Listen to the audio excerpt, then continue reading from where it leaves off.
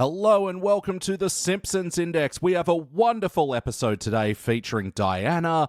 But before we get into the podcast proper, I just want to remind you to go check out Starring Springfield. It's our brand new podcast reviewing the movies that star the cast of The Simpsons. And we just dropped our episode about Mystery Men starring Hank Azaria, and it is a cracker of a good time. So go check it out, Starring Springfield. But for now, continue checking out the Simpsons Index.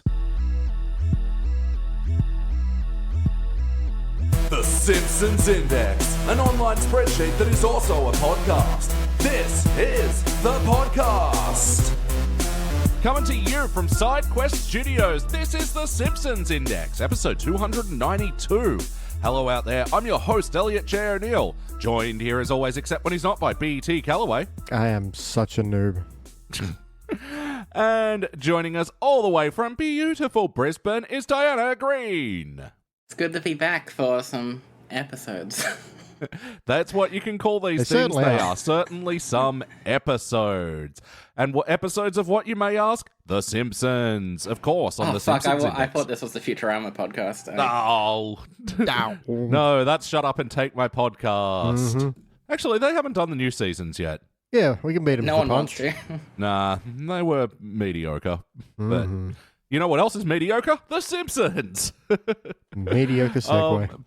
But before we get into the episode review, Diana, we always ask our returning champions, are you keeping up with the show? Have you watched any episodes since the last time you were on the show? Not since like the a month last time ago? we talked, which was pretty recently. Yeah. No, I've gone on with my life and I've had a successful, happy time, and you brought me back down. Yeah, we do that. Yep. Just to bring you back to remind you that, yes, this show still exists, and now it's even harder to watch on Disney Plus as they're cracking down on fucking password sharing. The dogs. Well, it is what it is. Did you watch it on Disney Plus, Diana? Yeah, I did. Did you happen to notice that Disney Plus have now added AEW to the content pile? No, all the content I steal from you is normal TV shows, scripted. Well, differently scripted shows, I should say.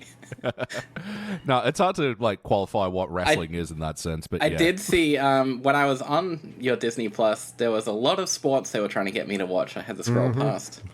Yeah, as if I care. No, I don't care for that because at their top bar where it's the featured thing, that's usually my path to getting to Simpsons because that's always up there. And yeah, now it's just all sports because they're pushing the ESPN thing, which... and then we have our secret fourth guest.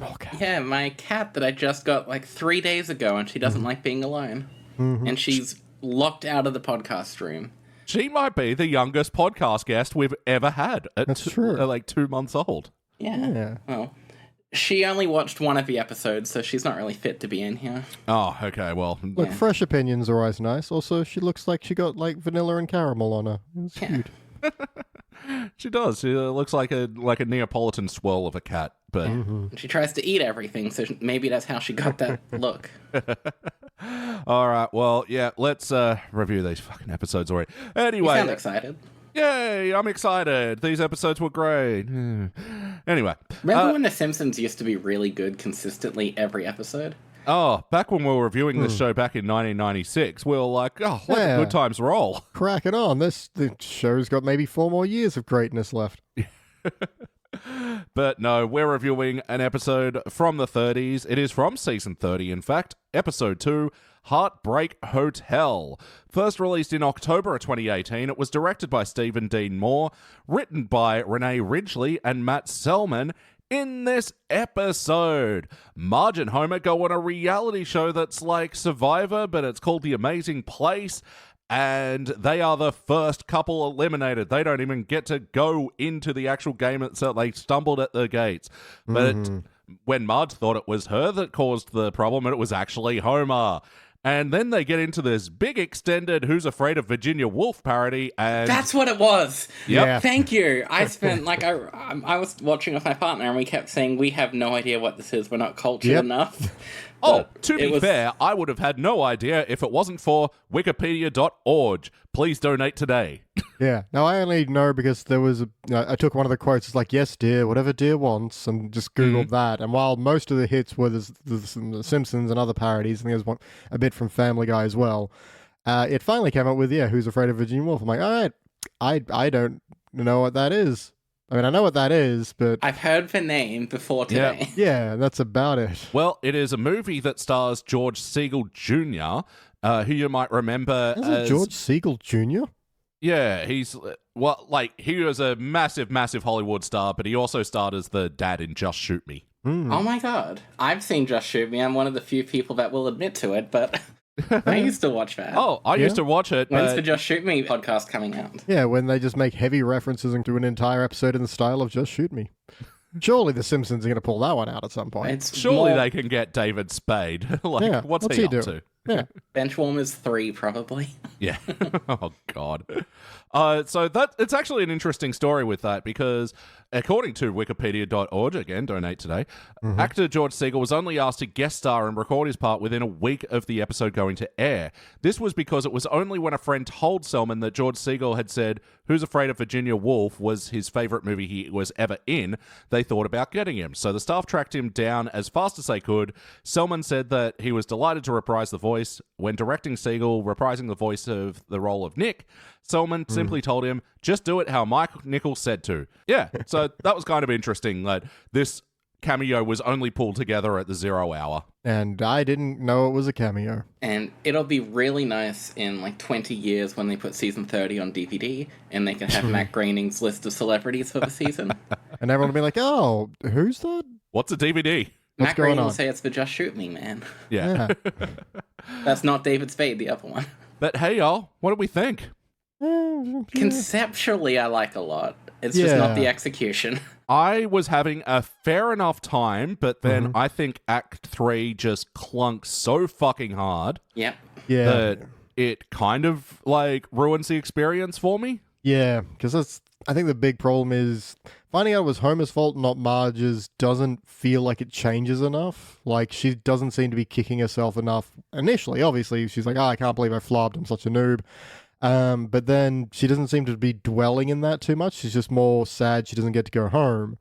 So when they flip it, say, oh no, it's actually Homer, it's like, okay, so? Well, when they flip it, it just leads to this extended Virginia Woolf parody, which, I haven't seen the movie. The Virginia Woolf fandom loves this episode. Probably great. But I think it's entirely out of place. Stylistically looks great. Yes. And they've nailed what they're going for, but none of us knew what they were going for or what was happening. And then it's weird to see slightly horny Marge. That's really what bugs me about this is if you're going to do one of these extended parodies, it's still got to be true to the characters in the show that we're watching, and neither of this feels true to Homer or Marge or them embodying these characters is an appropriate reaction to the situation that they were in. It just feels like The Simpsons being ultra-indulgent. Marge was so out of character that I actually thought, while watching it, she is playing some kind of, fourth-dimensional chess that we, the audience, aren't aware of, and she's trying to play Nick or something. I thought she was deliberately scheming, but no, she just wasn't Marge. No, it's not The Simpsons. It just veers off and does this for a while. And again, BT, you're right. It looks great. They've clearly done a loving parody here, and I love the black and white and the focusing in and out of scenes and the fact that you get things like in the foreground or background out of focus is just you never see that in animation because why would things be out of focus? And it's a nice. Yeah, cat. I don't think she liked this segment. Calm down, Cat. We don't like crosstalk. It's just good to see. And even the soundtrack has audio hiss from old film, an old film tape hiss to it. So they put a lot of love and effort into this bit, but it's just confusing. Yeah. Well, let's hook into this episode proper. Diana, starting with you, what's something that stands out to you for better or worse? All right, I'm going to grab the cat and then I'll answer the question, so just cut this out. And everybody at home, grab your cat. Yeah, the sounds of cat grabbing will commence now. Here's the sound. Hopefully the bell is less annoying. I can't kill her, unfortunately. Anyway. I like that was before removing the bell. That's more work. Something that stood out to me is how many times Marge uses the word noob. Oh my god, it's cringe, bro. I think that kind of worked for me because at this point, noob would have been such an old slang term that it makes sense that, The subtitles didn't spell it with zeros, though, so it wasn't official. Oh, well, 0 stars then, but yeah, the fact that by now it would have entered Marge's vernacular, even though it's kind of past, and that's kind of funny. When are we getting that 2010 show episode? Well, that is an interesting thing that this episode exists in with the time in which it comes out, because, yeah, they talk about, you know, Homer and Marge of being longtime fans of this Survivor-style show, and, of course, naturally, you know, in the Simpsons wibbly-wobbly, timey-wimey world, that means, of course, if they have, like, because that's one of the hooks of this episode is that the kids are pestering Marge and Homer to go try out for this reality show because they think they'd be really good, and Marge is constantly saying no, and then eventually reveals, we actually have been applying for this show for years. So that's one of the interesting things that it does, is that it shows, like, yeah, Homer with hair and young Marge doing, like, yeah, their first taped interview for this show, and they sort of show them age over the years as they show more tapes. And again, this is when I was quite enjoying the episode. Yes. Yeah, when it started and I saw Survivor, I wrote immediately in my notes, oh, this is so topical for 2020, whatever. Like, obviously everyone's watching Survivor, it's the hit thing. And then they played into it by talking about how it's like a decades-long thing, and I thought that was actually really cool. There are people that still watch the show all the time. There's Survivor heads out there. Oh, yeah. A friend of ours, Stephanie, she's a massive fan of this thing. And she's applied every year and been rejected. Heartbreaking. Okay. Hotel. It's one of these things, like, surely statistically the majority of people have been on reality shows by now. Like, you'd think so. Especially with Survivor, how like they make a joke of it. It's like, we're in our 48th season or whatever. And it's like that. But yeah, the show's only been around for like 15, 20 years or something like that. Yeah. Well, Survivor especially like does films back to back, I think. So sometimes they get 2 seasons out in a year. Yeah, so I've just often thought that because, like, there's just so many reality shows, and each one has, like, 12 or 15 new contestants per season. It does feel like everyone should at least know someone that's been on a reality show, and yet I do not, as far as I know. No. It's because Australia barely does anything. Yeah, true. You get Deal or No Deal, and that's it. Yeah, well, my mum was on Selling Houses Australia. Oh, yeah, that's right, I do know someone. Hey. Good episode. And I was just in the background of a newscast once, and that's all I've got. Nice. What were you doing? Were you doing the bunny ears to the news reporter, or? I don't remember if I was being super disrespectful, and I hope I'm not. But I was at Australia Zoo when they were reporting about how Steve Owen had died, earlier that week. We went to visit because Australia Zoo is pretty close to where I am. We were there, like, it was probably like a day or two after he died, and they had some, like, Channel 7 news thing. Oh, wow. Briefly in the background, and that's my claim to fame. Allegedly, I've never seen the footage because my parents lost it, but apparently I was in the news as a baby. Because I was maybe dying. Oh, wow. Hopefully this doesn't spark a bunch of anti-vaxxers. But as a 12-month-old, I had an allergic reaction to a immunization, and I was, like, paralyzed for a couple weeks. Oh, damn. Jesus. Yeah, I don't remember it. I was a bit young. But there was video footage. It got lost, and all I have is my parents' word that this actually happened. Wow, lost media. And I don't think they'd lie about that happening. No, it's a hell of a thing to lie about. Yeah, if someone's recording, if someone has like news segments from like just a warehouse full of tapes, June 1995 or something of like Australia Channel 7 about babies, you might see me. Yeah, and like, upload it to YouTube. All those VHS compilers on YouTube, God, hit the ground. Let's see if we can find this thing. Yeah, don't trust my parents with sensitive information. No. They also lost the information that says what my allergies are. So, good on them. But when you have 5 kids, you stop caring. It's like, we've lost the allergy card. Here we go again. Paralyzed. Yeah. How about you, BT? What stands out to you from this episode, for better or worse? Look, it was going to be the black and white bit. We kind of covered that. You kind of can't help it. It's like really stands out. It is really the thing that is very prominent in this episode, for good or for bad. Look, I like the show The Amazing Place and how they've put that together. I used to watch Survivor a whole bunch and also The Amazing Race a whole bunch. And just the way they've put, it feels like they've squashed a lot of different ideas together, and I think it all works quite well. And also just their annoying little hashtags that float up every time something's going on.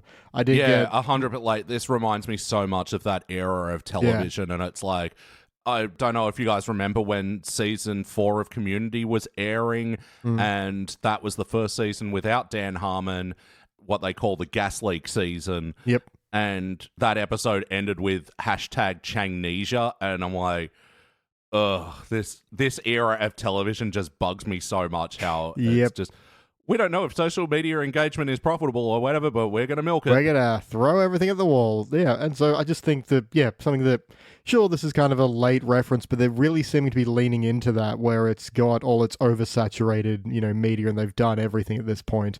And just, look, the #Shell-eliminated got me a lot better than I thought it would have. And also, playing the host of The Amazing Place was Rhys Darby. Oh, nice. Yeah. He's getting around. Yeah, charming little New Zealand man. I'm actually going to go see him do some stand-up later in the year. You're hanging out with him after this recording. I wanted to get him on for this episode, but he said no. So he's a bit biased. He can't do it. Yep. Has two new It'll be the first season 30 cubic. Yeah, but what stands out to me from this one? Yeah, just piggybacking off that.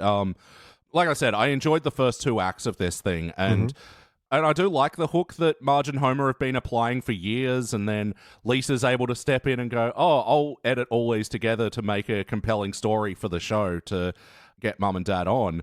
And the idea that they got eliminated in the first thing, like, that is a good idea. And it is something that, Matt Selman was quoted as saying in an interview, is that he just thought the idea of the couple on a show that gets eliminated first, it's worse than not getting on the show in the first place.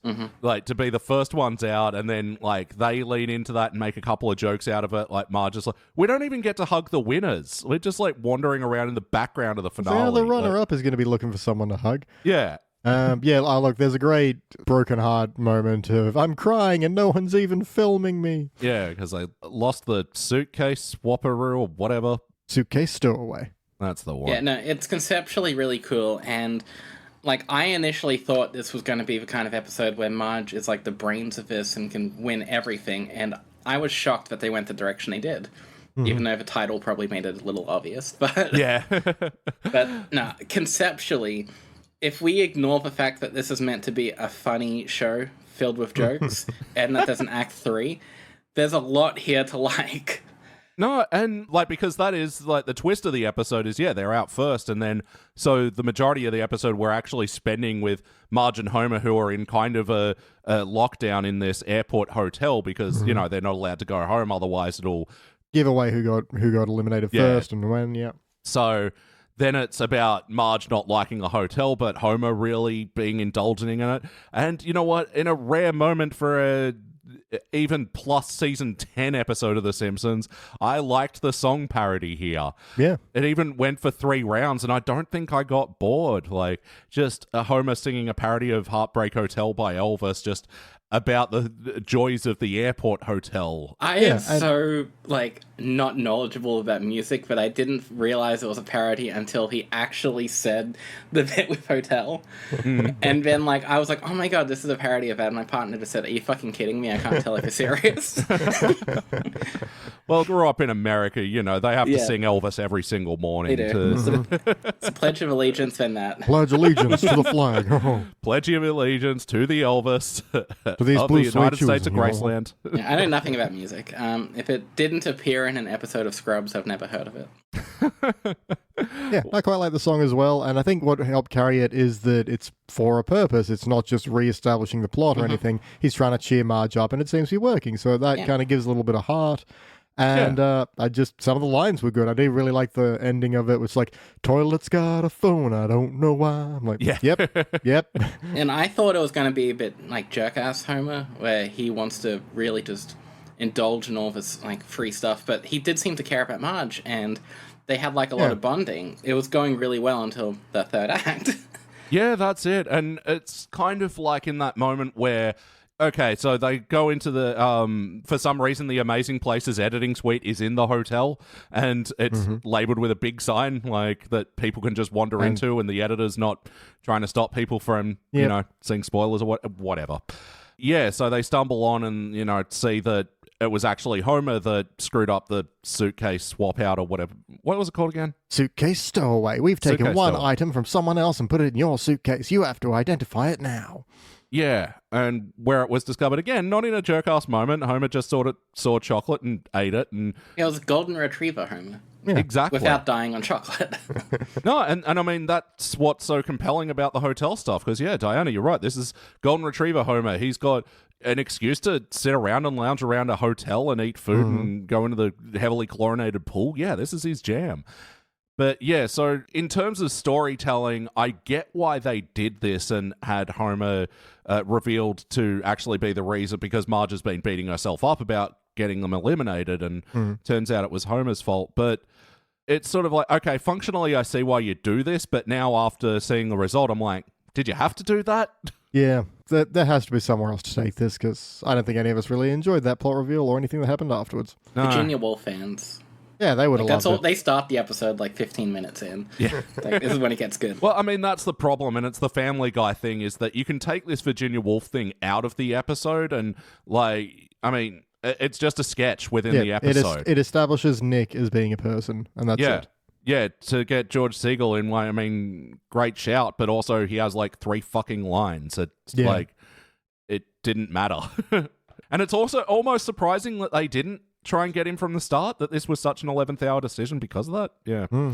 Anyway, how was the wackiness? Was it a particularly wacky episode of The Simpsons? I only have one note of whack, and it's at the end where they like, congratulations, you've won the amazing place, and the banner falls down, the confetti goes, that's what I would be saying if you didn't forget to salt to the rims of the margaritas, and then the confetti kind of vacuums back up. Yeah, that was a great animation moment. That was good. I didn't actually mind the final challenge where they had to make the mangaritas, and Marge had to make the mangaritas, and Nick had to play a little flute to calm the monkeys. The mango-loving monkeys in the pit. Yeah. Can we just mention that, like, the terrible gay joke that they had there?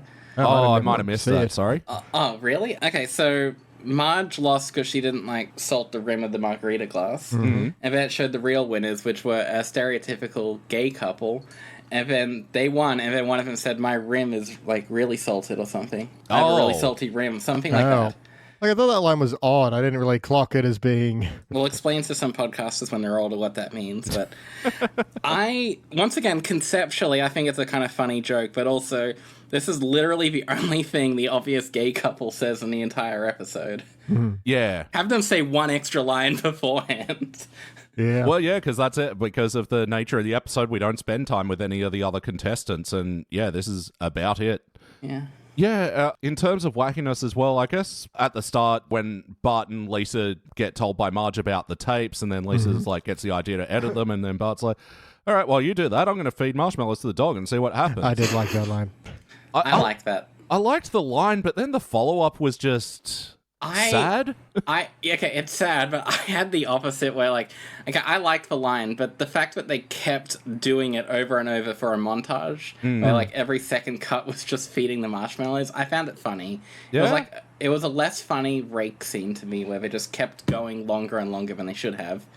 And I liked it. Yeah, and the it was fact that- sad. The dog is going to die, but Yeah. Oh, look, in Simpsons world, it's not going to die. It just gets kind of annoyed with Bart.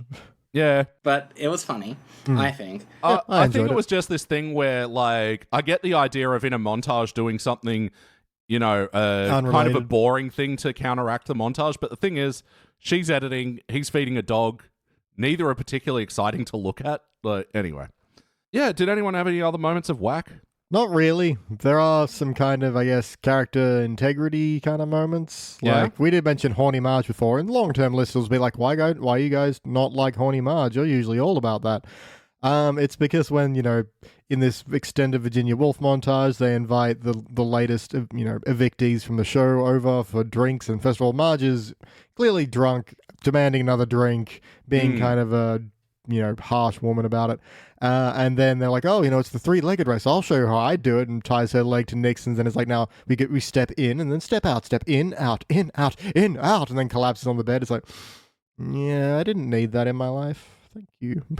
Again, probably recalls to a very famous scene from Virginia Woolf. I do not know. Yeah. Yeah, oh god, the whole bickering and stuff. I guess we'll get to that in the heart, but yeah, one animation moment I wanted to point out as well, and it's a little bit of a throwback to another episode we had you review, Diana, Pixelated and Afraid, and this one was pixelated and left me afraid with Chief Wiggum wanting to get on the show by being the naked, the crazy boisterous guy. person. Yeah. He claims he'll do it, and then he rips it off. Yeah, I hope the DVDs don't uncensor that. All Wiggum. There was something wacky I did want to bring up. Oh, actually. and sorry, just one more. And Homer flips someone the bird at one point, which gets pixelated as well. Anyway, sorry, what was that moment? Sorry, okay. I like the idea that I think it was either Homer or Marge. One of them says they're not even worried about what the kids are up to, and it just smash cuts to Bart is making his friends dig a giant swimming pool in their backyard. Yeah. I liked that. I didn't care for how long it went on with Patty and Selma wanting it to, but I loved the immediate thing. Yeah, no, that was a good image to strike to, but I agree with, like, it just went on too long, and the scene ends with them, I don't remember what the joke was, but they're just awkwardly looking around at each other, and it's like, why did you draw this? Yeah, if it had been snappy, I think that would have worked better. Well, something I find especially interesting in relation to the wasted time here is this episode cut straight into it, and it had a credits scene as well. Yeah. So there was, even though I would have made cuts, there's no wasted time actual here. Like, it's all something's happening. There's no extended opening. They didn't even let the credits. No couch gag, no opening, no Yeah, nothing. no, they just, for some reason, they thought every second of this was gold.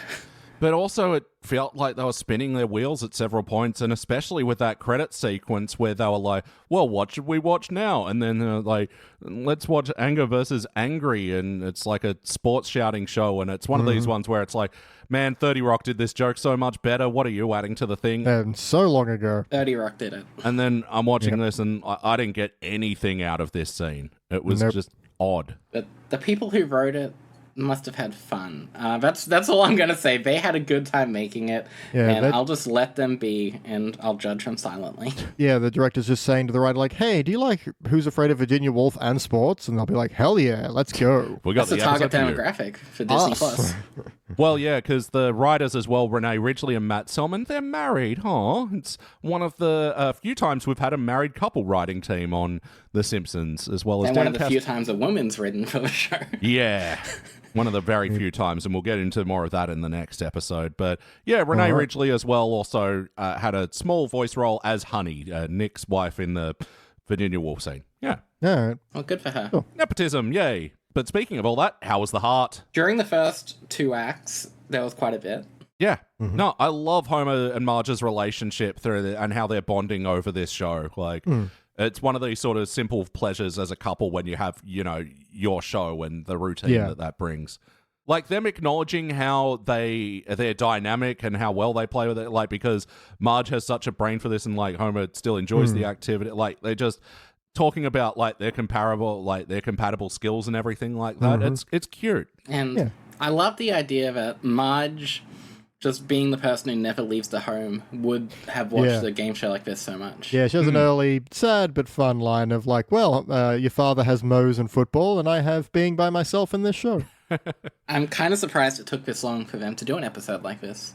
Well, they've done Survivor parodies in the past. Like, there was Animal Survivor. Like, they've certainly acknowledged that this show was a thing. One where they're on a reality show where they have to do everything like it's 1810 or whatever. I was actually thinking of that when, like, I think they were saying something like, Homer said, oh, but we've been on that reality show where something happens. And I was thinking, you've been on other reality shows before. Yeah, this ain't your first reality rodeo, Homer. But, like, reality rodeo. Let's see that show. I think my main note of heart was right at the end where, Marge and Nick go on this, they bring 2 contestants back to compete. Marge drops Homer for Nick and then, goes through it and then they forget to salt the rims of the margaritas. They fail and then has the line of, I'm such a noob to the camera. And then Homer has this whole kind of rant about, so is this what it's like to be you and watching me do stupid things? I get all this pity. Pity feels great. It's a nice little anti-heart. I kind of enjoy that. You have a gambling problem. Yeah. Yeah, he goes, oh, is this how you feel all the time, Marge? And it's just like, yeah, but I've never, like, thought to enjoy it or whatever. Yeah. But, I mean, again, it's a sort of functional story thing where I get that, you know, you need to even the balance a bit. And, yeah, so to have Marge compete in the dead weight drop, as the segment was called. But it's much like them finding out that it was actually Homer's fault. This feels like, well, that feels like you're doing that because you feel like you're meant to, and I don't like... Yeah, it feels like it has to come around to Homer's fault at some point, and... Yeah. As much as I enjoyed the, you know, the margarita monkey scene, like, yeah. With the Kia sports car they just put in the background. I did think that was really funny, especially, like, just being like, and we didn't know how to work this into the challenge, but it'll be in the background. And then, yeah, later on, it's like the hashtag sportage moment. Like, No, I found that really funny. There are like 3 jokes in this episode I found pretty funny, and that's one of them. I think we all take a quiet moment to listen to the cat purr. Yeah. She will not stop purring. The only time I've heard her stop purring is when she's either playing with a toy, hunting it, or when she's asleep. I'm concerned there's like bees inside her. And she won't get away from my foam that I'm using to stop the echoes. Have either of you seen that compilation of Stone Cold Steve Austin gushing about his cats? No. I want to. I haven't watched as many Stone Cold Steve Austin compilations as you, unfortunately. I stopped after the first 12. It was actually not on wrestling. It was actually on an episode of John Oliver. They just one of their brief cutaways after a depressing story was just like, and now Stone Cold Steve Austin talking about his solid ass cats, and it's just all of his Instagram reels where he's like, oh, that cat's a motherfucker. That's a solid ass cat right there. And just, yeah, Stone Cold Steve Austin, who, you know, is Stone Cold Steve Austin. Yep. And he's just gushing about Macho and Puncho, his fucking adorable barn cats. That's amazing. Yeah. There's a quick Zodiac like stuff for the Stone Cold Steve Austin's Instagram. But ultimately, does this feel like an episode of The Simpsons? These are characters we know and love. Is this a show we know and love? For 2/3 of it, it does. Yeah. Yep. Yeah, it's just that massive departure that really you can't escape from this episode, so... It just sticks out like a big, sore black and white thumb. like a mango, monkey, margarita... I've forgotten what I was saying. Man, I could go some mango-ritas right now. That sounds pretty good, yeah. Yeah, love mangoes, love margaritas. Preferably without the insane monkeys, but yeah. Hey, if you got enough at the panpipe or the flute or whatever, you got nothing to worry about. It's true. But how do you drink and then play the flute at the same time? That's quite a skill, and I do not possess it. Speaking of another reality show, remember that guy who went on that could beatbox and flute at the same time? And it's like, that's an impressive skill, man. How many bands are going to be wanting that, though? Well, don't you remember when Homer was in his one-man band? Yep. Oh, yeah. He could play everything. Arnie Bill, I'm also the drills. Yeah, another Simpsons monkey playlist. Or when the kazoos with Krusty. Yeah. Chamel. Yeah, look, I mean, integrity is, like you were saying before, Diana, it's Golden Retriever Homer for the most part. It's just, It just takes this turn in the third act that really fucks this up. Like, even after the Virginia Woolf parody, I didn't like Marge in this moment. I felt this was too intense for her. And I will say, during the first 2 acts, especially that time when she's sad about losing, but before she starts to enjoy herself, there's some really good Marge. I love her. She wants to vacuum the hotel, and they won't let her. I really like that. And they say something like, you have to stay on here until the show's finished filming, plus post, and she says, I don't even know what post is. Yeah. Like, I love Marge, and until they drive her off a cliff, metaphorically, this is a really good showcase of Marge. Yeah, I just really like, she's like, just let me vacuum, and the maid's like, pulls the vacuum cleaner away from her, but then just backs out of the room, aggressively vacuuming the floor, like, I do this, you don't. Like a less depressing Hank Scorpio, where Marge isn't drinking half a glass of wine. Yeah. Well, that's the other thing with Marge being assumingly tipsy or drunk in this scene, and Homer's, just have another drink, dear. Like, and just this relationship with them at this moment that... it just doesn't make sense. Like, Marge being, like, braying or whatever I do not bray. And the constant snippiness where they're, like, repeating the stuff over and over again. Like you're talking about before, Diana, where this episode doesn't try to have a wasted moment and it skips all the credits and like normally repeated stuff, to have this bit where they're going over the same ground, but it's, stylistically on purpose, but it's also so anti what the characters are, even in this moment. I don't believe that Homer could make Marge that angry that she's like, oh, look at me, I'm flirting with this man openly and you're not man enough to do anything about it. That's not Homer, that's not Marge. Like, he would do something, like, for him to be like, oh, you're embarrassing yourself, dear, oh, do your actions know no bounds, and all, like, what the fuck is happening? I can see a lot of different ways they could go with the idea that Marge has wanted nothing more than to be on the show for decades, and Homer fucked it up immediately. There's so many good ways you could go about that, and then they did this. Yeah, like, especially because he totally golden retrieved it. He got into the suitcase and ate chocolate. Like, to be fair, why would she have chocolate? Like, that's, like, so dumb for, like, Homer. But I loved it in the moment, but, like, I could easily see why Marge would be pissed. Yeah. Like, I could see Marge being legitimately angry at Homer, maybe even, like, despising him for a bit, but, like, there's better ways to do it than have her get drunk and flirt with that guy and then abandon him. They could have done that weird Bart gets hit by a car third act thing. Like, even something like that I'd prefer to what they did here. Yeah. Another episode that was fine up until its third act, where that really just put a sour taste in everything. Yes or no, would you watch this episode again? Yeah, maybe. Maybe. Yeah, no. If it's on, I would watch it. Yeah. Because I enjoyed enough of it to want to get through it again. So, and it's not that the parody, like the Virginia Woolf part's bad. I mean, it looks nice. It just doesn't fit. Do you mind just someone just knocked on my door? Yeah, go for it. Give me a sec. It better not be a missionary. I'll leave the cat next to the microphone. Excellent. Hello, cat. Who is a good kitty? We're trying to find out on this investigative series. Now that is a hell of a reality show. Who's a good dog? Is it this one? Yes. Man, we'll be back with season 14 next week. I still wish I had Shadow here. He was great. Yeah. Do you like the expression on the photos you sent that was just moo? Honestly, besides the walk, that was the most he moved all weekend. He was such a lazy old boy. Nice. Yeah, which made it great for us because, as Diana probably knows, taking care of young animals is quite intense. So, yep. Having an old boy that just wanted to follow you from room to room and just sit wherever you were sitting. Yeah, so what are you doing in here? Nothing. Oh, can I do too? Sure. Yeah, we honked through the entirety of season 1 and 2 of The White Lotus because Teresa hadn't seen it before. Okay. It is a very good show. What is White Lotus on? Is it Apple TV? Currently binge, but that's the funny thing with White Lotus, actually, because it's currently airing its third season. Sorry about that. That's all right. That's the one downside to recording at 8 in the morning. Yeah. Like, people think they can come to your door. Up and doing things, bastard. It was just the mail. Oh, okay.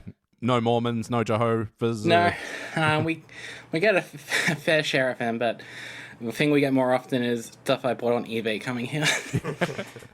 No, it's just because, White Lotus currently on binge, but because binge is losing all of its HBO content on the 30th, and the last episode of White Lotus airs on like April 4th or something.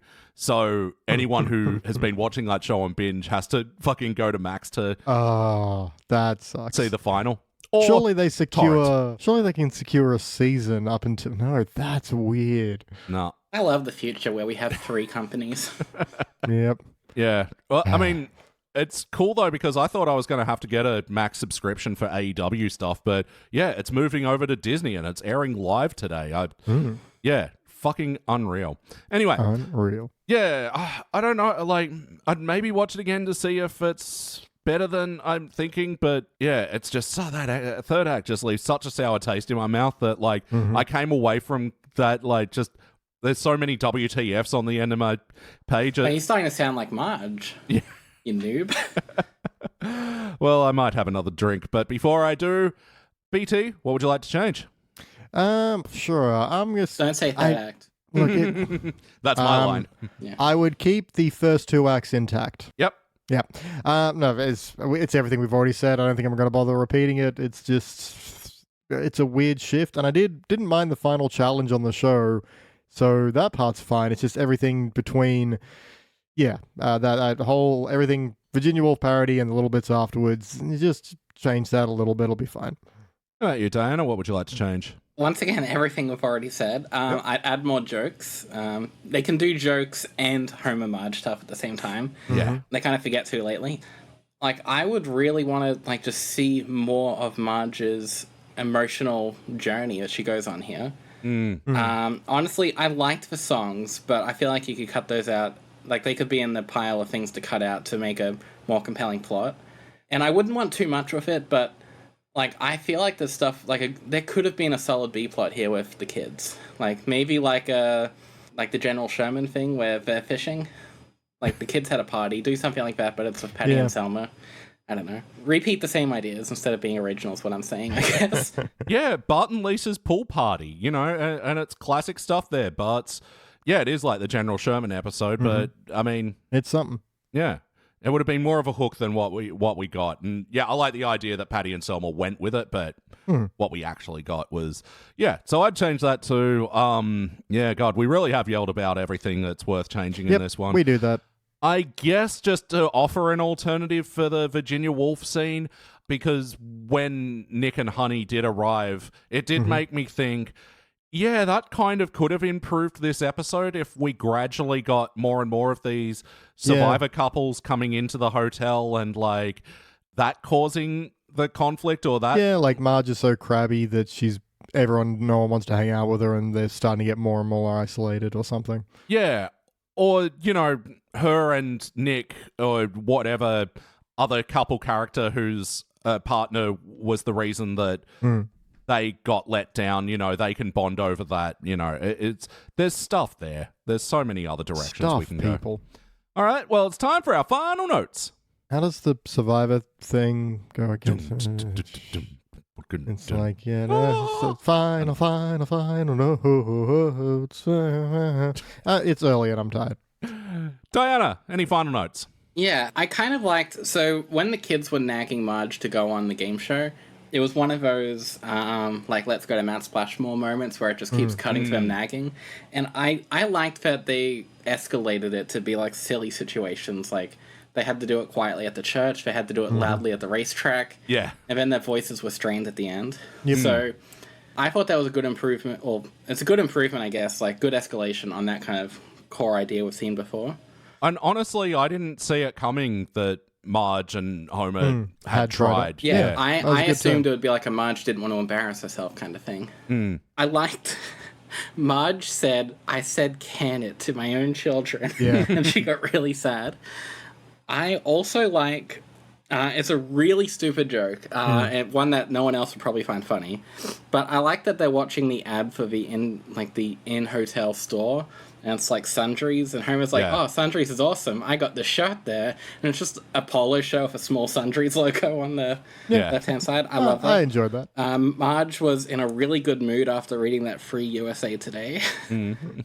And during the Virginia Woolf segment, granted, I haven't seen it, so this would probably hit harder if I did, but I did get enjoyment from them going so in with the parody that Homer says, like, our son is dead, and Marge says, no, he isn't. We have no son. No, we do. It's like, and then he's like, oh yeah, but like, I like that. Like, it's very indulgent, but at least they're admitting what they're doing.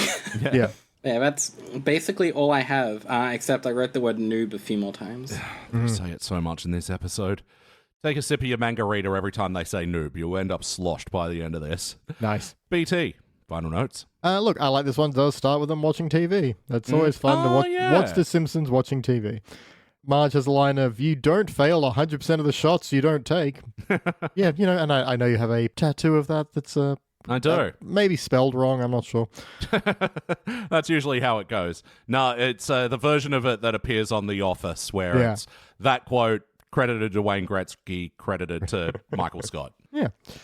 When Bart and Lisa are uploading the video that they're showing the producers to get Marge and Homer on the show, Bart just has a crusty flash drive. I'm like, okay, that's a nice little detail. Oh, interesting. Yeah, and when they're talking about it, Lisa's like, oh, I edited together all their previous attempts. And Bart just says, and I gave notes, which were ignored. I don't know, I like that. And that is all my notes. Yeah, I only had a couple more. Yeah, at one point, Homer's reading Giant Hamburger magazine. I enjoyed that. And then his failed business of chewing tobacco called Dippin' Dens. It was a weird extended riff, but I was kind of amused by it comes back a couple of times as well. Yeah. And they get the bill for it, I think, for the website. Yeah, that's right.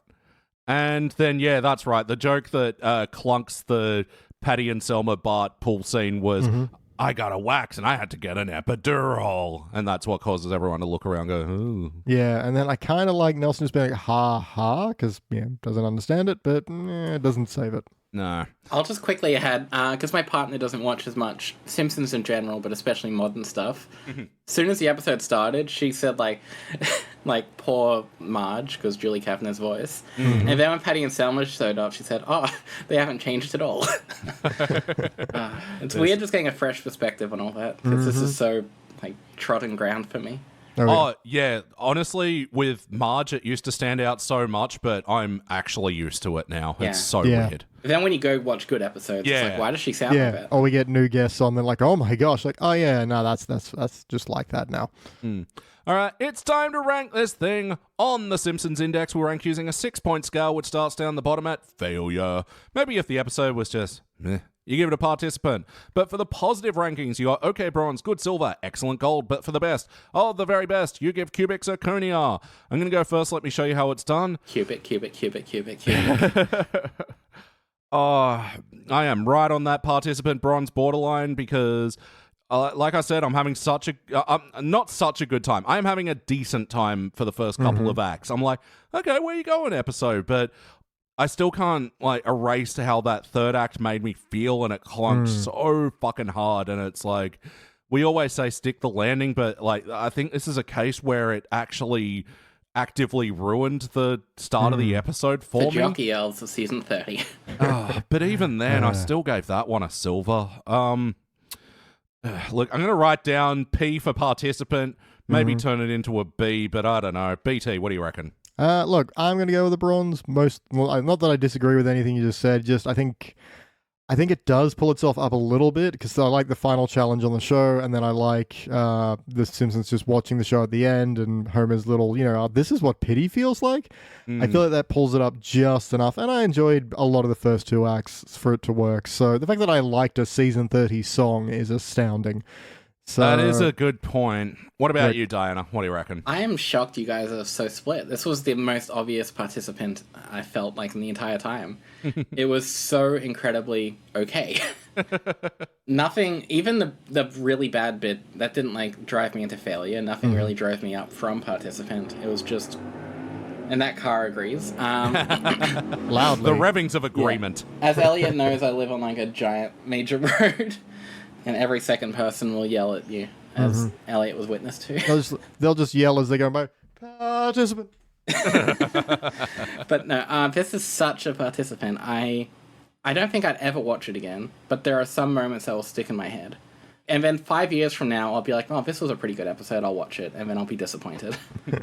All right. Well, that'll be a shiny participant.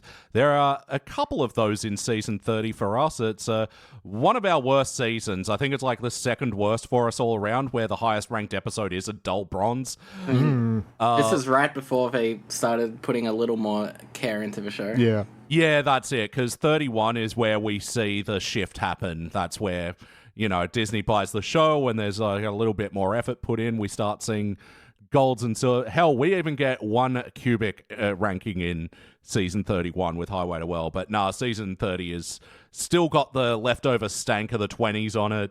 And yeah, other shiny participants, Girls in the Band, which we reviewed recently. God, what fucking... Oh, yeah, that was their Whiplash parody. And another shiny participant, Woohoo Done It, which is that murder mystery episode, and I don't know if there was Sauce at some point. I don't remember at all. No, that's a problem with a lot of these ones. At least with this one, you can say... I'll remember it. Yeah. They got the Survivor parody and the Virginia Woolf parody, and they smash them together and There's something you can say about it. They'll be like, oh, that one, yeah. Yeah. All right, well, that'll about do it for that episode. Now we're going all the way, taking a long trip to season 32 with Sorry Not Sorry. We'll be back.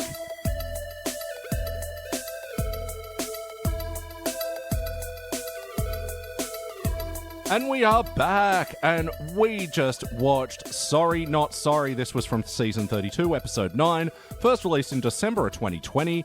It was directed by Rob Oliver, written by Nell Scoville, who, I don't know if you know her name, but she's actually kind of the most interesting part about this episode for me, because she is the creator of Sabrina the Teenage Witch. Huh. And Interesting. I'm guessing the 90s show, you mean? yes. Yeah, she didn't come up with the Archie comic in the 60s. Oh, is it based on... yeah. I didn't know that. There's a spin-off from Archie. Oh, is that right? I could be mixing up the order, but I think Sabrina was originally made as like the Archie version of like Bewitched back when that was Yeah, popular. pretty much. Oh. And then they keep rebooting Sabrina every few decades. Oh, yeah, totally. There'll be a, like, moody teen, like, Riverside-style WB. There already Sabrina. was one recently. Yeah. Was there? Oh, God. Yeah, The Chilling Adventures of Sabrina or something like that. Oh, that's right. And it had that girl Yeah. from, Mad Men in it. there we go. All right. You want to just do a Sabrina podcast now instead? Kinda. Look, we could keep the same initials of the show, the Sabrina Index. But like, yeah, Nell Scoville is she's a legend of the industry. Like, she was one of the few female writers on David Letterman, and would also go on to publish a massive. She wasn't one of the ones that was the victim of Letterman, was he? She would then go on to publish a huge article about how horrible it was to work there. But yeah, that's well worth a read as well. This is quite an unfortunate insight into the industry. But yeah, this is she is a previous writer for The Simpsons. This is her first episode credit in 30 years, having written One Fish, Two Fish, Blowfish, Bluefish. Which one's that again? Homer Fugu. Yeah. Yeah, of course. It's one of the 2 fish-related episodes of season 2. My brain just went to the other one. The Blinky Burns. Yeah. But I mean, we loved that episode, the Homer Fugu one. That's That's classic. Yeah, I think we Ciccone at that one. And another interesting connection is that Nell Scoville's sister is married to Simpsons staffer Rob Lezebnik, who you might remember because him and his son wrote those episodes about Smithers, and because Johnny Lezebnik's gay and like wrote from personal experience and all that. Yeah. Anyway, there really are only like 10 people in Hollywood. Truly. Anyway, that's the fun facts about Nell Scoville. Again, I encourage extra reading because she is a fascinating person. But more about Sorry Not Sorry in this episode. Miss Hoover gives Lisa a grade that she didn't think she deserved because, like, her presentation went slightly over time, and Miss Hoover deducted marks for that. And it was more like she just didn't like put in the effort. She that's true. marked everyone the same grade. Yeah, everyone got a B minus. Because Miss Hoover's got back problems, and she's really taking this episode lying down. She's also been a second grade teacher for like 30 plus years. And Lisa responds by calling her an uninspiring hack, and that gets them at odds with each other, and Miss Hoover sends Lisa to detention several times, and then Lisa apologizes and gets her a massage chair, and Miss Hoover doesn't accept the apology and then does eventually. Hey, y'all, what do we think? I liked it more than the other one. Oh. Really? When I was watching it, I thought this was the lesser episode, but my partner liked it more. And because I hate to break the kayfabe, we watched this last night, and I've had some time to sit on it. I generally prefer this episode, even though I know during the 20 minutes I'll watch it, I'll have more to complain about. It sticks with me more positively. What about you, BT? Exact opposite. The marinating didn't help the situation? Marinating didn't. I had to really struggle to remember this one mostly and go through my notes like, this is a lot of down arrows. Okie doke. By the way, Diana, I appreciate you using the wrestling term as well. Yeah. I know like 2 things about wrestling. There's that and Montreal Screwjob, and that's it. Oh, there we go. I think that's and what they you broke need. kayfabe during the Montreal Screwjob. They did. They Yeah. truly did. Look, this one. Okay, so if you gave me the pictures for these 2 episodes, I think this is the one that I find more interesting because over the years we haven't gotten a lot from Miss Hoover, but we have gotten the sense that she's pretty checked out as a teacher. Yeah. And the idea that she's at odds with Lisa specifically in this episode, because we've always gotten the hint that she's a bit rolling the eyes at Lisa and Lisa's precociousness and her Like enthusiasm. enthusiasm and optimism for learning is grating against her. Just shut up and do the thing. Yeah, exactly. She's making her job harder, basically. And so I think there's so many interesting things to play with, and it's just what we get, I find so thoroughly... It's interesting that Lisa used the word hack, you know? Mm-hmm. Like, At least she didn't call her a noob. That would have been fine. I don't think any 8-year-old even knows what that word is. No. They'd say she's so Ohio. Well, let's yeet this review by going through the question. I don't know. BT, what stands out to you for better or worse? Leak. I think it was just kind of what you were hitting on. When we start getting, this is going to be a Miss Hoover one, I'm like, okay, cool. We surprisingly have never really had anything to do much with Miss Hoover. Like, we've had plenty of kabopples, but, never really heard. Like, okay, I'm curious to see where this goes. And just the fact that she just kind of sucks. Yeah. Like, she's got a hard life, but, Lisa goes to the effort of apologizing and buying her a present, and she's still just like... She does point out that the apology was too late, which I do like the idea that, like, apologizing isn't enough sometimes. And Lisa was being a piece of shit for a while. Granted... If someone bought me a free chair, I'd apologize, but... That's sort of where I rub up against that turn in the story, because, it's one thing for Lisa to be apologizing and it being too late for it, but doing a grand gesture such as a massage chair when you have back problems and clearly so little else in your life, I don't know. I can see both sides, because, if there was something seriously wrong with me, and someone who was a piece of shit to me then bought me something, I wouldn't immediately forgive all the shit they did. At the same time, this is an 8-year-old. She had to give up her college fund, which was going to go to a mini fridge. Yeah. Knowing Lisa, it was probably going to be an Xbox mini fridge, and, those things aren't cheap. Full of Monster Energy. I think the plot... the problem with all this plot is that it's an 8-year-old girl.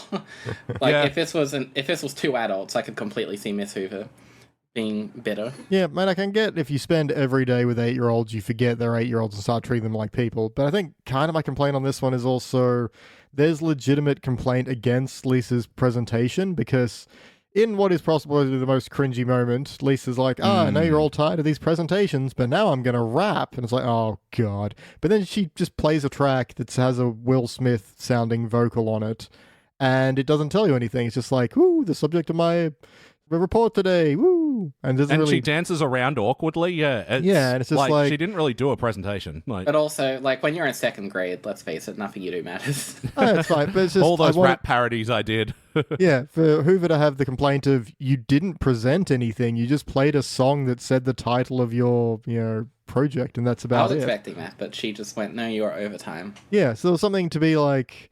Lisa's so used to succeeding, sometimes she forgets how to do it, I guess. But that's not the complaint. Hoover's just like, I gave everyone a B- because I don't care. Yeah, and that's where I rub up against the whole it's too late for the apology, because I don't think Hoover's got a leg to stand on here. She literally is lying down. Yes. Yeah. But, she gave everyone the same grade regardless. And, Lisa's time deduction, which was the excuse she gave for giving Lisa a lesser grade, doesn't hold water because she gave everyone the same grade. Yeah, she said mark all the same, hit the same mark all button.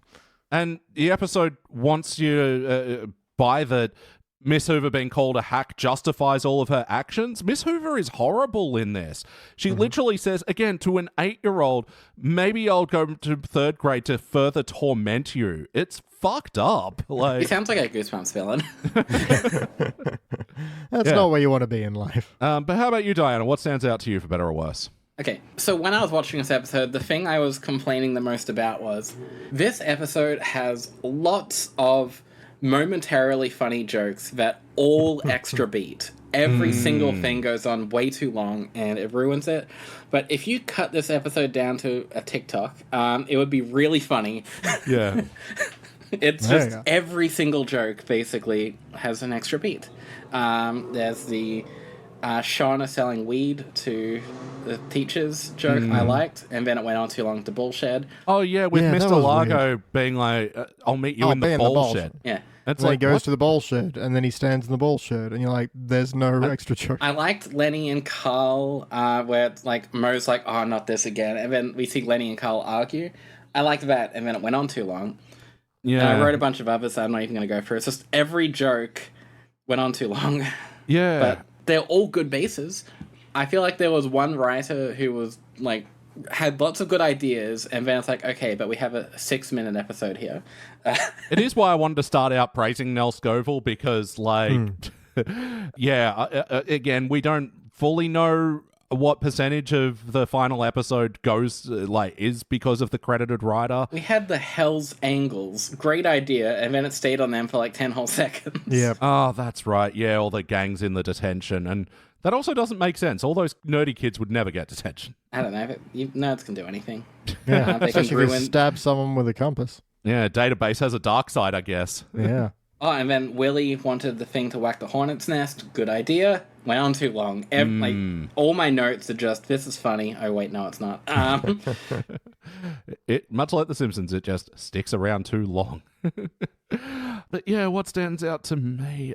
Look, I like that the episode starts with Lisa and Homer on the roof. That's like a nice little throwback to, Bart versus Thanksgiving, and setting that up. But then because of that, it kind of leads to an initial, unsettledness of them, telling the story of, 1 week earlier. And then it does this confusing thing where it gets stuck in a Homer telling something from 3 weeks ago thing. I thought this was going to be like the seemingly never-ending story. Same. And they did it just that one time, and then again in the credits, I think. And it's just like, that's it. Like, you did not need to say 1 week earlier for the Family Guy cutaway gag of Homer with Patty and Selma. No, that's it. And that extended GPS joke. so Once again, bad. the GPS joke, I like the idea of GPS has ruined the excuse of saying you're late because you got lost. But that's it. It was a line. It didn't have to then be a fucking cutaway, which then goes to, you're almost there, you're almost there, you're almost there, you've arrived. Another woman, blah, blah, blah. Okay, Homer. And then, we're at Patty and Selma's cigar birthday where Homer has to, I don't know, it's shit. But yeah, how was the wackiness? Was this a particularly cartoony episode of The Simpsons? Let's see, the dog is sweating so much grease it slides out the door, and so is Maggie. God. Yes. Yeah, again, Diana, jokes that go on too long. I could have done with the dog is so greasy, but that even went on a bit too long, and then they went for the second bite with Maggie. It's just, oh my God. And also, I just realized another wacky thing was, which goes on too long, is the Lisa going to Miss Hoover's apartment, and they're like the superintendent, the guy who owns the place, I don't know what it is, the foreman, whatever. He's like, oh, so what are you doing here? And she says that she's one of Miss Hoover's students and wants to get to know her better. And he's like, oh, okay, you can come on in. Good joke. Yeah. I liked it. And then Snake does the same kind of thing. I do like it for the repeated line, how can I say no to a face like that? That gave me real, sure, I'm typing it up on my invisible typewriter energy. I quite liked it, actually. Actually, you know what? I will give an extended wacky joke that I did like, which was, it's at breakfast, and Marge gives Bart and Homer a melon, and they're like, ew, and Homer gets some gravy to gravy up your fruit boy. I actually liked everything to do with that. And then Lisa's trying to bring it back to her presentation, talking about gravity, and Homer's like, you can't spell gravity without gravy. And then Homer's like chuckling to himself, ha ha ha, have some more, Bart. And just pours more gravy into his mouth. Yeah. I like that Miss Hoover's trip home requires sliding down cardboard. Yeah. And the cardboard's always there. It just respawns for the next person.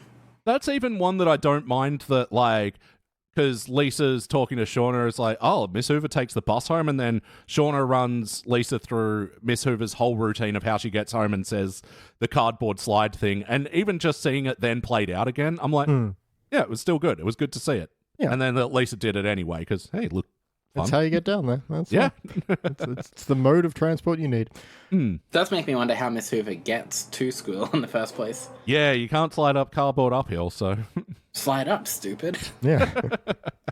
Another wackiness. For some reason, Lisa has pencil shavings in a plastic baggie in her bag that they mistake for weed. That was odd. Yeah, again, conceptually, I like the idea that for detention, they're doing the whole, confiscating your supplies, putting them in the envelope that you get back when you've served your time. But, yeah, the actual joke itself, I didn't, think anything of. There's the stink bomb that was so stinky, the scientist with no nose had to develop it. They're like, well, how did he know it smelled? He smelled it with his ears, which mixed feels on. Yeah, I mean, as far as the story thing as well, when, Lisa first goes to detention and all the bullies are staring her down and, Bart's able to sort of step in and defend her. I mean, it does mean that, once he does the stink bomb, he's like, they could have gone after it, but, it didn't not work. Yep. Yeah. And my final note of whack is one I kind of enjoyed, which is Hoover's going home and she gets like an instant scratch, lotto ticket scratchy, and then scratches it, and I lost, and my quarter broke.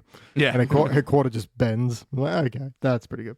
Yeah. I do like that there's I forget what it is. I think Miss Hoover says something in like a sing-song way, and Superintendent Chalmers just walks in and says that counts as the music education for the semester.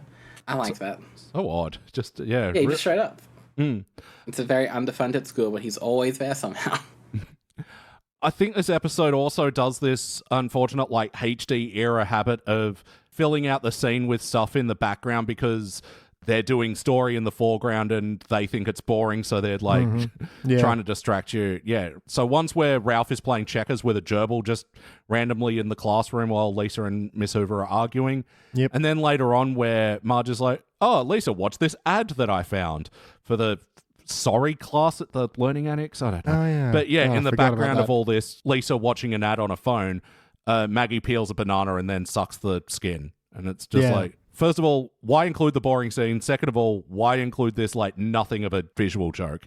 I don't know if this is one of those constants that they always do in HD, like how Mose has all those pictures now. But I liked that in Lisa's classroom there was a poster that had a polar bear. Yeah. Did you see it, Elliot? I didn't. No, I didn't. There was a polar bear on a melting ice cap, and it said, "A warmer planet's cool with me." Oh, Jesus. No, I like that as well. But how was the heart in this episode? Did we feel the bumps? I felt bad for Miss Hoover, while also hating her as well. But as an adult, I felt bad for her. I'm sure if I watched this as a kid, I would hate her completely and be on Lisa's side. So that's a problem. Even as an adult, I'm not on Miss Hoover's side at all. She's still the adult in this situation. Yeah, but she has to slide down cardboard to get home. Have you had to do that? Oh, she has back pain. We've all got back pain, Miss Hoover. We're in our 30s. You have to take the bus every day to work. That's draining. It kills you. Yeah, no, that's fair enough. No, I think my only note of heart really is there's a good line from Marge where, Lisa gives Hoover the chair and she's still not forgiven. And so, has a pretty good line of, you got your whole chair, which is not easy for an 8-year-old. Yeah. All right. Then Marge has a line of, honey, you've planted a seed and a seed will grow. I like that as an idea. You're on the road to reconciliation. It's not going to happen instantly. And then it happens instantly.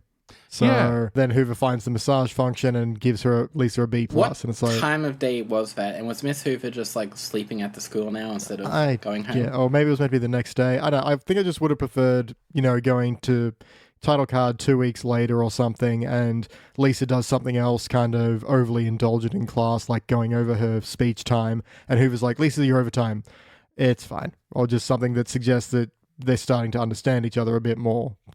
As to Marge said, things grow, but... I like that idea, but I also do kind of love just how sudden it is that all it took was the massage function. I mean, a massage function is pretty good. I found that funny. Yeah, but it's also one of the, how stupid are you, Miss Hoover? There's buttons there and you only just think to try them? I don't know. The pacing of this last bit just made...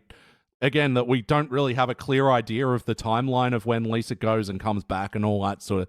I think it's just poorly written, this ending. And that's kind of why the heart just doesn't land for me as well, is because Lisa's right. Miss Hoover is being a hack, and I don't think Lisa needs to apologize as much as this episode is letting on. And it would have been something if Lisa also did something dramatic, broke a coffee mug or something, and acted out in that way, but because she just called her a hack, it's hard to argue with her. And also, again, Miss Hoover's the adult in the situation, and she's being petty towards this 8-year-old. To be fair, 8-year-olds suck. They do, but again, you have to be the adult in the situation, and...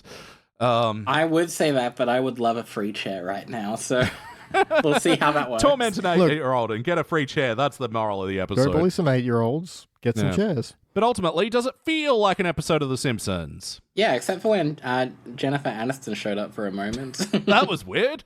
Yeah. Yeah. Special guest star of this episode, Jennifer Aniston. No. No is exactly what she would say if you asked if that was Jennifer Aniston. But no, this feels like a Simpsons episode. That actually occurred to me. Wow, we really don't see Barney these days. Yeah.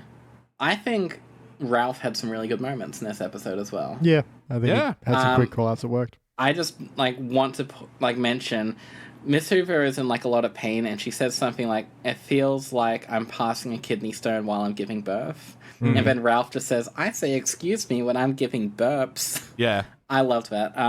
Yeah, that is a subject of his show and tell is his own thumb. Yeah. Did you guys watch the end credits as well? Yeah. Yes. Because Allison showed up briefly with the thing of the rest of Ralph's hand. Yeah. Is what inspires her. Yeah. Yeah. Which, good visual joke. I'm like, but why use Allison here? Yeah.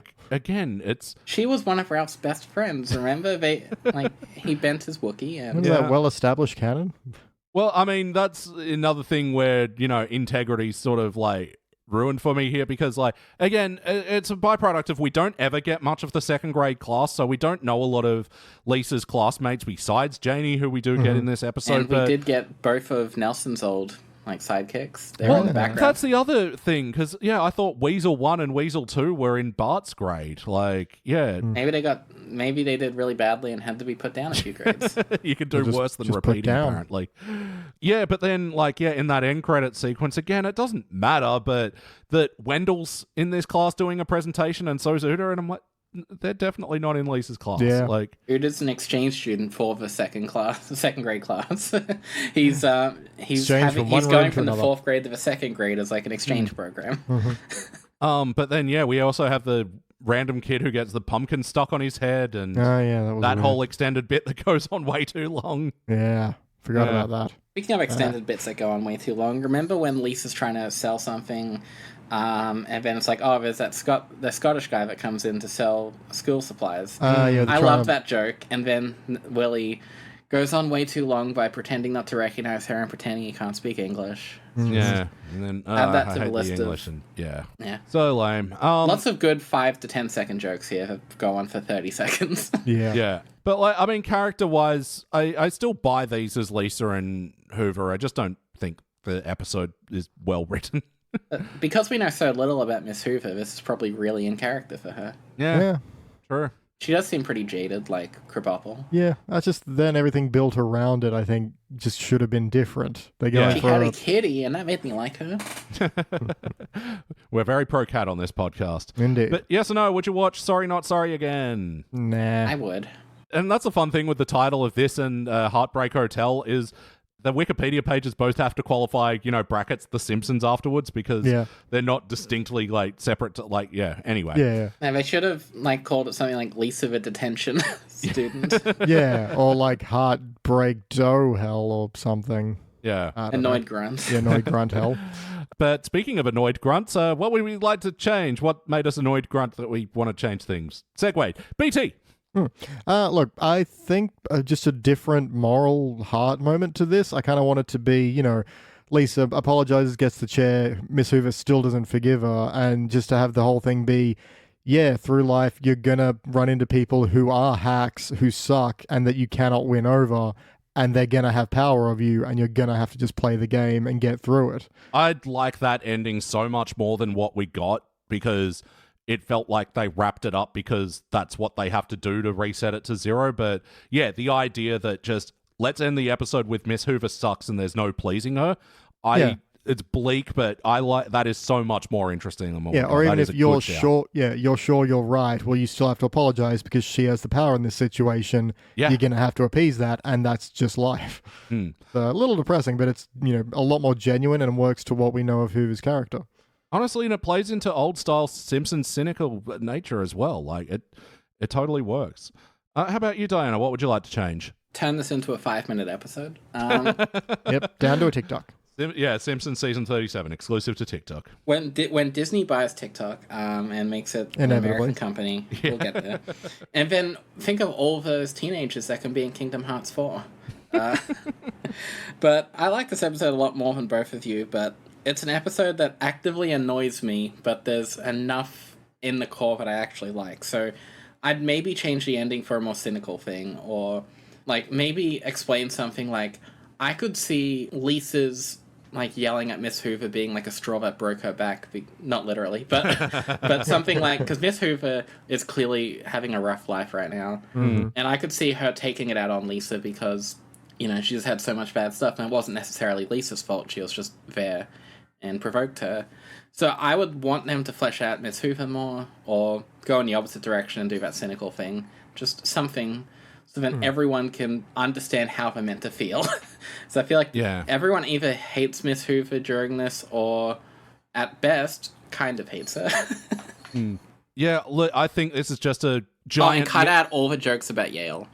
Oh my God. Those and the extended fantasy sequences and the a cappella group on unicycles. This is a Yale thing, I don't know. Once again, it could have been funny. It could have been funny if they just kept it short.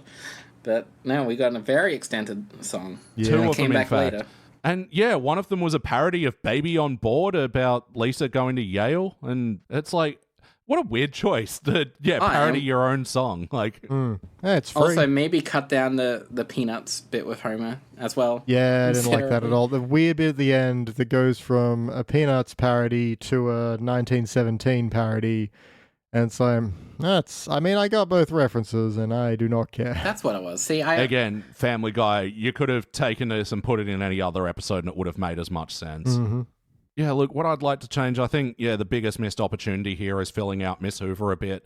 Yeah, for real. One of the things that I thought would have been good is to like do a montage or, flashback sequence or whatever of her getting more and more back pain over the years as she's dealing with more and more unruly kids. And then the thing that you can have that really fucking, again, to use that phrase, the straw that breaks her back here, is Bart. I think one of the most underexplored potentials of the show is showing how Bart went through Miss Hoover's class and maybe she resents Lisa a bit because of the fucking Simpson name. Like, I was so lucky that I went to a different high school than my brothers because they sucked. They had a reputation. And, I mean, to the point that when my teacher, I don't know if he's even still alive, Mr. Sidhu, recognized the name, O'Neill, you look like Brian Lincoln. Do you know Brian Lincoln? And I'm like, oh, fuck. They didn't know? Yeah, we ended up being cool, but initially he was like, kept an eye on me. But, like, I think that's a thing with Miss Hoover that you can really explore here, in that it doesn't matter that Lisa's enthusiastic about learning and, a really smart kid and probably potentially inspiring for a teacher to have as a student. Mm-hmm. It's just that over the years, Miss Hoover's been worn down so much that, she's carrying all this on her shoulder. And, she's a teacher, so she's not getting paid well.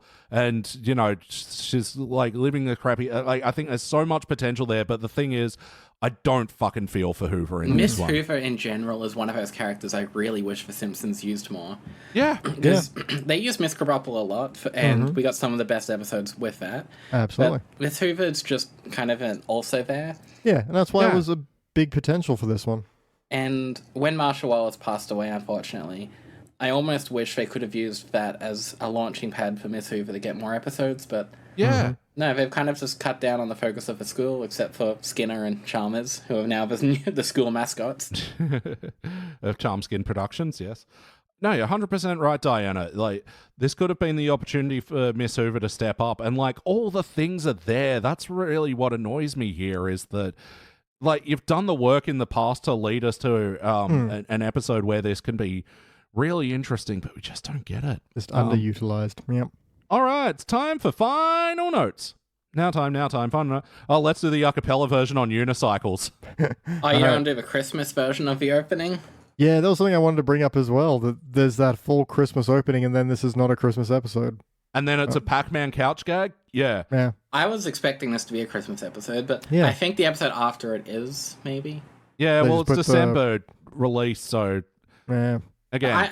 There's no I like reason the for them amount to of do effort this. they put into the opening. Yeah. I think it's a reused one, but also I didn't recognize Ralph getting impaled by a star. Like, I thought that was new. But Merry Christmas.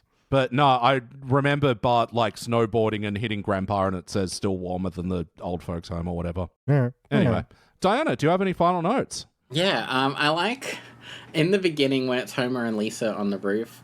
He says something like, "Oh, are you still annoyed about that stupid jerk at school?" And she just says, "That's my teacher, Miss Hoover."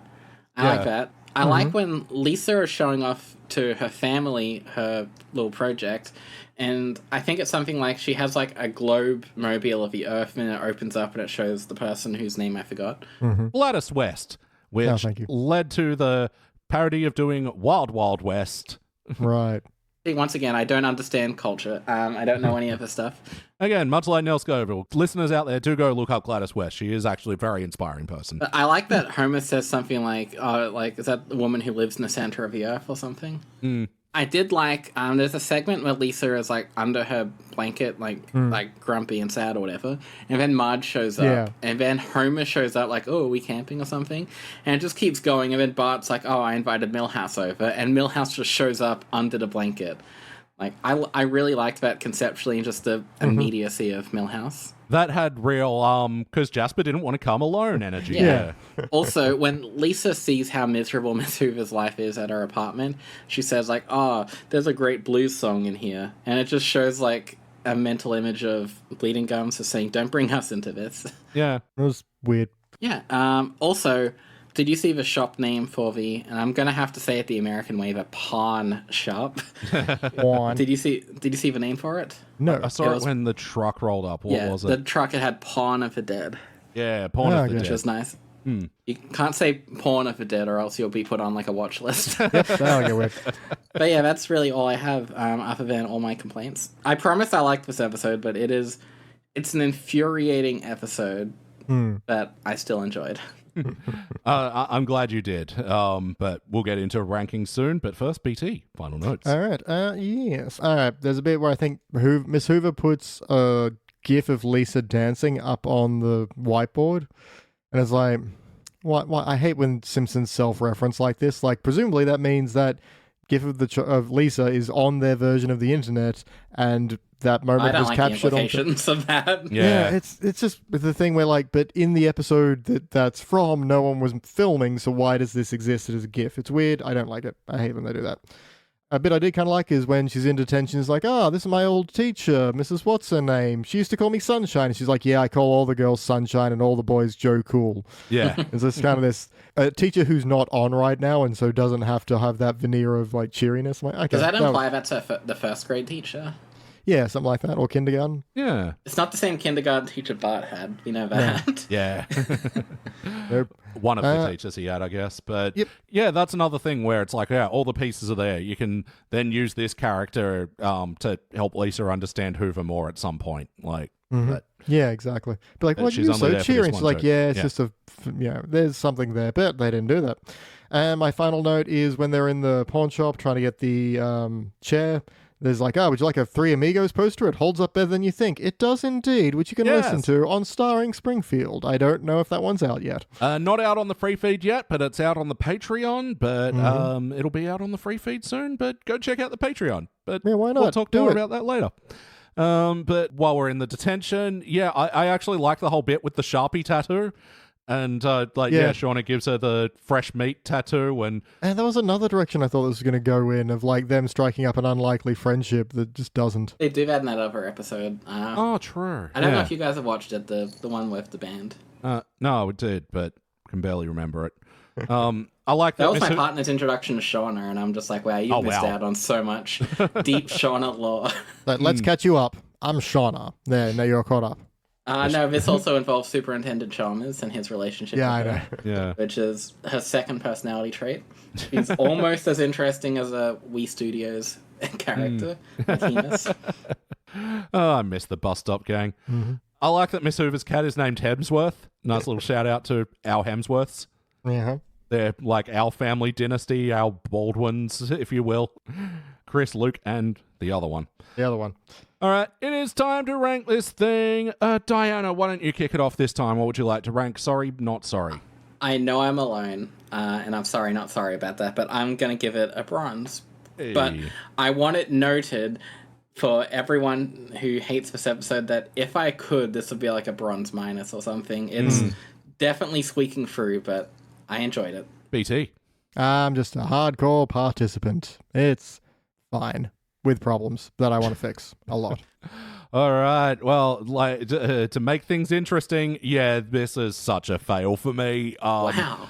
It, unlike the other one where I think there was like redeeming stuff that like was ruined by the ending, which brought me down to participant. For this one, the stuff that existed was barely holding me on anyway, and just I come away from this one just feeling so bitter about the potential on it, and just really, yeah. I wish I watched the episodes in the opposite order last night, because again, to use Diana's term and no one else's, breaking kayfabe, yeah. Watched these both back to back last night, and yeah, I really wish I watched Heartbreak Hotel second, because yeah, this one put me in a bad mood to go to bed. So yeah, that'll equal a participant by way of split decision. And yeah, season 32, unfortunately, it's pretty par for the course here. Like, there are a couple of good shiny moment episodes. Like, we had The Last Bar Fighter, where they're doing like the John Wick parody. Yeah. Undercover Burns, where Burns wears a Dave Harbour suit. Podcast News, where Lisa and Marge get into podcasts. Yeah. None of it sounds real, by the way. When are we going to get the episode about Marge being idolized as a trad wife on the internet? On season 37, you can do it. It feels like if it's not in production yet, it will be now. Oh my god, it could totally work, and like Lisa showing her how to use TikTok or YouTube or It'll something. Be the first cubic of season 30-something. Yeah. The Simpsons is a show that I obviously kind of want to end, but I'm just fascinated by how far it strays from what it started off as. I think I was the same way, and now I'm in a little bit more in that camp of like, look, if this is going to go forever, let's see how weird it gets. Yeah. I can't wait until the episode like 10 years from now when Marge is talking about how TikTok was her favorite thing when she was like 20. Yeah. And Lisa's like, I met your father through TikTok. Oh dear. But until that time, Diana, thank you so much for joining us today. I'm glad I could have been slightly more positive at the end. No, we really needed that. But where can people go if they want to hear more of you reviewing things? You can come to my apartment, which is in Queensland. I'll put my the cat address is very in the show pretty. notes. Yeah, it's a very cute cat. It is a cute cat, and I'll make sure to put her in a video. But I'm on YouTube.com/Freezer, like the appliance, 94, like the numbers. I'm also on Blue Sky at Freezer at bsy.social. And yeah, I do videos primarily on handheld games. I'm working on an Atari Lynx video now. And then I've got some like Game Boy Advance games that I'm reviewing shortly after. Been a fun time. No one's watching my stuff.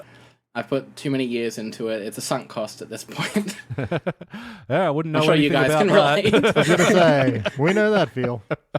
Yeah. But yeah, no, go check out Diana's videos. They're really good. I actually rewatched the Donkey Kong Color Tree, I think you called it. Yeah, I love. Yeah, because my titles are awful. Sometimes they're good. Sometimes they're less good. It's good SEO. I'll give you that. You're inventing words there, but yeah. Well, see, that's the problem with the SEO because people are looking for the real words. Yeah. So they're like, oh, let me look up a WarioWare video. Oh, sorry, it's called Scenario for Me. Yeah. Somehow that got over 2,000 views, and they don't know how. Yeah. Oh, the ones that do well, it's like, for whatever reason at the moment, we're having an influx of downloads for our episode where we reviewed Exit Through the Quickie Mart starring Paul Goodman, and I re-listened to the episode. I was like, is it getting downloaded again because we're about to get cancelled or something? What the fuck's going on? But nope, that episode's just having a random resurge in popularity right now where it's downloads. I hope no one discovers the episode you did with Drake. Firmly removed that one. But no, I rewatched that video if you did on Donkey Kong because, yeah, I'm working my way through the old Donkey Kong Country games at the moment. And, yeah, it was an excellent companion piece to that. And I've been on 2 episodes of the Conversation podcast. Yes. Hopefully more, which is really good. If you want to hear people that basically live and breathe Donkey Kong in scary, unhealthy levels. The amount of mileage they've got out of that concept is astounding. Concept. Yeah, concept. Yeah, it's scary how much it can do. And it's no signs of stopping. You think you'd stop once you hit like 40, but no, he's still going. Much like The Simpsons, much like us. But BT, what if people want to hear more of us? Well, if they liked hearing these three amigos, they can go to patreon.com/sidequeststudios. If you can not do that if you want to be an uninspiring hack. But on Patreon, you can get access to over 200 exclusive podcasts, at least one of which also features Diana. Oh, that's Which one? true. You'll just have to dig through the archives. Yeah. But also, you can get our review of Three Amigos, like way before all these other plebes who are going to have to just wait for the free feed, like a bunch of uninspired hacks. Are you ever thinking of, with starring Springfield, going in like the video games that any of them voiced in? I was watching friends play Kingdom Hearts, and I was like, oh yeah, Dan Castellaneta's in this as Vagini. Oh, true, because... Yeah, he... And I forgot that he did Earthworm Jim in the N64 game that everyone hates. Oh my god, did he? Yeah, well, Earthworm Jim 3D, because he was this Earthworm Jim in the cartoon. Was he? Oh, Yeah. I don't think I knew that. No, Oh, Yeah, nice. Dan Cass. So yeah, you gotta watch all the Earthworm Jim cartoon for your Yep. thing. And then he reappeared in Clay Fighter 63 and a third, which was my introduction to... He did? Yeah, that's my introduction to Clay Fighter... to Earthworm Jim. No, But he sorry, was I in did it. know that about Clay Fighter because, Yeah. it's got a surprising pedigree of voice actors, like Billy West is in that game and stuff like that. Yeah, I did know that, actually. Yeah, one day when you run out of all the movies that Yardley Smith's been in... All with their seven of weird them. accents. So I don't think we've explained the concept yet. So yeah, over at Starring Springfield, this is a free podcast, but you can get the episodes early over at our Patreon page. But Starring Springfield, we're reviewing the movies that star the cast of The Simpsons. And if you sign up to our Patreon, you can tell us what movies we're going to review. They've done all the good ones, but there's still more There's out still there. some left. No one suggested Space Jam yet, which is still crazy to me. Again, bring it back to Dan Castellaneta. I forget what it was. I was listening to people talk about a Yardley Smith movie that I didn't even know she was in. And they're like, oh yeah, Yardley Smith's in it. And I was just thinking like, wow. She I pops didn't know up she in did things other than Maximum Overdrive. Yep. Yeah, she pops up in surprising places. Like, Oh, We're Back, a Dinosaur Story is what she was in. really? Oh. Yes. Another 'cause one, bring it back to our friends Yeah. over at Worst I Episode heard Ever. another podcast with two annoying white guys doing We're Back, a Dinosaur Story Yeah. over and over. Awesome. So there you go. You've got a lot to go. Yardley Smith is in like a billion movies, and then Yeah, Nancy Cartwright's the one that's really not in many, but all the other ones have a decent filmography. So we got reviews for years. Go check it out. Patreon.com/SideQuestStudios. But for now, that is it for the Simpsons Index this week. Once again, thank you, Diana. I'm glad to be here, and I'm glad that my cat hasn't ruined it. She probably made it better. We're always happy to have Tipo on the podcast. Yeah. And thank you, BT. It's time for us to get shell-eliminated. Hey, and I'm your host, Elliot Jay O'Neill. That's all the mustard in the house. Thank you for listening to the Simpsons Index podcast, which is also an online spreadsheet available at thesimpsonsindex.com. We're also on social media. You can follow us on Blue Sky, Instagram, and on Threads. Links for all that and more are down in the show notes. And lastly, consider giving us a 5-star review. Why not? We'd do it for you. Now, there's no bonus scenes for this episode. Everything we left in was pure gold, so we'll catch you next time.